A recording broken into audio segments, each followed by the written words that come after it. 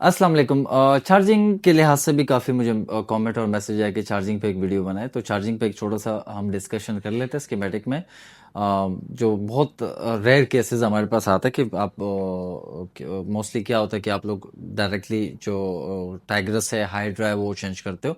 तो हम थोड़ा सा स्कीमेटिक को देखते हैं और स्कीमेटिक में देखते हैं कि हमने डायग्नोस पहले कैसे करना है। तो स्टेप बाय स्टेप आपने देखना है, वीडियो एंड तक देखनी, तो फिर आपको सिमेटिक समझ में आना है और आपको पता चलना है कि इजीली डायग्नोस कैसे करना है।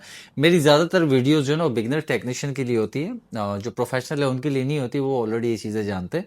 तो मेरे कंटेंट थोड़े से जाहिर बात है कि इतने प्रोफेशनल मैं अपलोड नहीं कर सकता।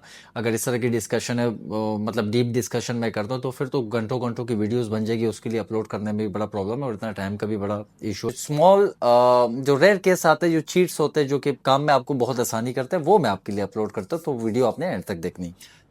13 प्रो मैक्स है ये, चले मैं 13 प्रो मैक्स, वैसे तो मोस्टली ये सेम ही होते हैं, जो मैं भी चीज़ आपको बताने वाला हूँ सब सेम ही होते हैं, लेकिन 15 और 16 के अंदर थोड़ा सा डिफरेंस है।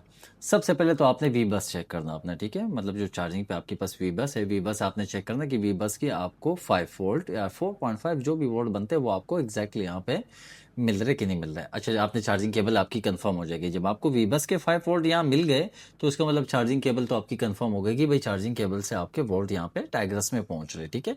अब अक्सर क्या होता है कि ये कैपेसिटर इनमें से कोई भी लीक होगा, तो जाहिर बात है जब वी बस आपका यहाँ नहीं पहुंच रहा तो चार्जिंग का इशू तो आपका बनेगा, चार्जिंग तो फोन नहीं करेगा।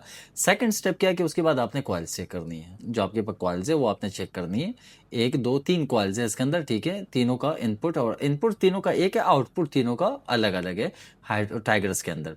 तो तीनों को आपने कॉइलें चेक करनी, मेजरमेंट करनी कि कोई कॉइल आपके पास डैमेज ना हो। मोस्टली क्या होता है कि कॉइलें भी डैमेज होती है, जिसके बाद आपको यहाँ पे जीआर प्रॉपर नहीं मिल रही होगी, जीआर या तो मतलब मिल नहीं रही होती, क्योंकि कॉइल अगर डैमेज है तो जीआर आपको नहीं मिलेगी, तो आपका फ़ोन तो चार्ज कभी भी नहीं करेगा।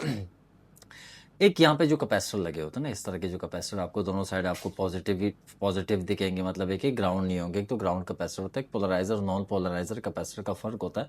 तो इसके अंदर भी क्या है कि ओपन लूप में होता है इसका आउटपुट, लेकिन ये आपने लाजमी चेक करना है। कैपेसिटर अगर रिमूव होगा तो आपके पास फोन के अंदर वोल्ट कम बनेंगे, 1.8 वोल्ट 2 वोल्ट इस तरह के वोल्ट बनेंगे और आपका फोन प्रॉपर चार्ज नहीं करेगा। ये हर कॉइल के साथ समझ लो कि एक कैपेसिटर लगा होता है हर कॉइल के साथ। ये देखो 3 कॉइल है तो 3 कैपेसिटर हमारे लगे हुए, जो कि ज़रूरी है। इनमें से कोई भी कैपेसिटर रिमूव नहीं होना चाहिए।